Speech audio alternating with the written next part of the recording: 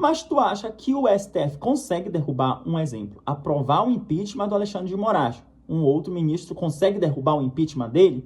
Né? Se um exemplo, se aprovam o impeachment do Alexandre de Moraes, se o próprio STF ou algum outro ministro do próprio STF consegue derrubar. Aí ela respondeu, a Marília respondeu: Yelry, essa dúvida é boa demais.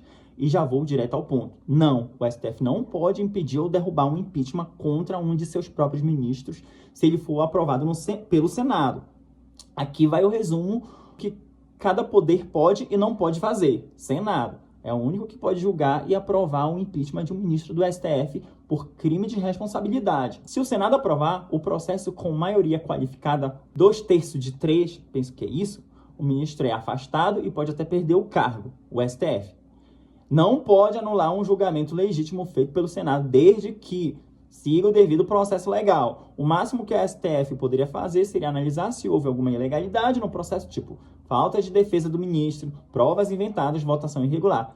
Se estiver tudo dentro da Constituição, o STF tem que acatar. Nem Moraes, nem outro ministro tem o poder de impedir o próprio julgamento. Aí eu perguntei, então, exemplo, se eles tentarem fazer um impeachment do Alexandre de Moraes sem provas, o STF consegue impedir, né?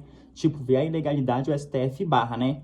Aí ela respondeu, exatamente, se tentarem fazer um impeachment sem provas ou sem seguir o devido processo legal, o STF pode sim intervir e barrar o andamento por ilegalidade. Eu vou te explicar direitinho. Como o STF pode barrar um impeachment de ministro? Se for aberto sem fato determinado, a Constituição exige crime de responsabilidade com base em fato concreto. 2. Se houver violação ao direito de defesa, todo ministro tem direito de se defender. Se o processo ocorrer sem ouvir o acusado, o STF pode anular. 3. Se for claramente uma retaliação política, o STF pode entender que há desvio de finalidade, ou seja, que o Senado está usando o impeachment para se vingar de decisões que desagradam politicamente. Quando o STF pode agir antes do processo ser aceito, ação preventiva durante o processo se houver abuso ou violação da Constituição, depois do julgamento se houver vício insanável como fraude ou coação. Espero que tenha ficado bem claro como é que funciona o impeachment de um ministro do STF, que é bem difícil, tem todo ali um trâmite. Nosso vídeo fica por aqui, até a próxima, galera.